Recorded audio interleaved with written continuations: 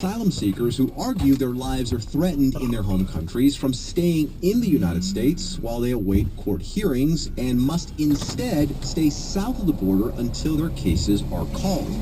Molly O'Toole is an immigration reporter with the LA Times and joined us this morning to talk about it. What it does is it essentially makes it almost nearly impossible for an asylum seeker who presents themselves at the border to win asylum in the United States, because it has created an entirely new process outside of the one that had been created through a series of laws and what lawmakers had set for the U.S. immigration system. Instead of doing that credible fear interview, asylum seekers are now put into a separate interview process, and they're being screened for fear of persecution not in their home countries, but in Mexico. And then also that standard that is used to screen their asylum claim is much higher. It's this entirely new standard, and the way asylum officers tended to explain it is basically 10% chance that they would face persecution. They're now having to prove a 51% chance, and more likely than not, of persecution, and not in their home countries, but in Mexico. All right, so they're sent back while they wait for their asylum cases to go through the courts. First off, where specifically are they sent to?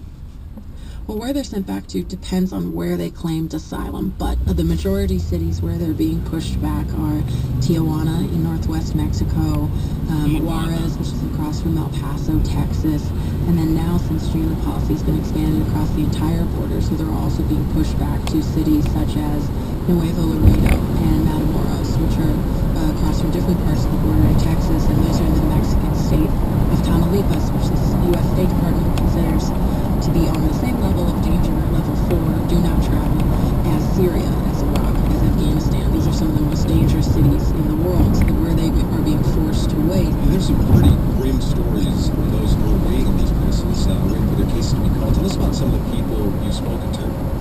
Some of the people that I spoke to over the last several months, and there was a family who had actually sought asylum in Calexico, which is in southeastern California, and they didn't even realize this was a possibility, but it's a family of 6, father, mother, and 4 kids, 2 older kids, but 2 very young children. They claimed asylum, and they were told to come back to the border a month later, but 130 miles away in Tijuana, where they would come across for their hearing in San Diego and then be sent back to Tijuana and have to figure out how to get back to Mexicali. And this family did not want to stay in Tijuana. It was a city they didn't know, they hadn't been to, but also because the migrants themselves know that some of these cities are extremely dangerous. But in the meantime, unable to obtain work permits from the Mexican government, despite promises that they would receive those, this family's essentially on the street with a family of 6, 115-degree heat in Mexicali, selling candy just to sort of night by night to try and find enough money to have somewhere to stay. And that was just one example. Another woman, Daniela Diaz, a teenager traveling on her own all the way from El Salvador, she'd been threatened by both the gangs and then a local police officer who had said he would protect her, but then threatened her.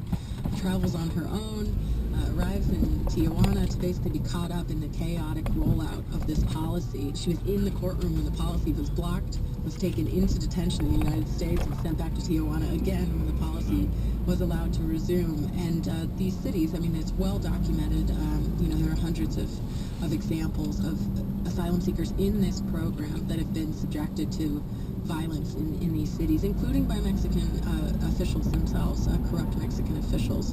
And at this point, you have cartels, local gangs, various criminal actors who are actually waiting outside the ports of entry for the asylum seekers who are being sent back, because everyone understands that this program is quite significant now. And you have 37,000 people who are sort of stuck in these border cities, very vulnerable to the kinds of violence that Mexicans themselves are subjected to, but on another level because they stick out in a different way.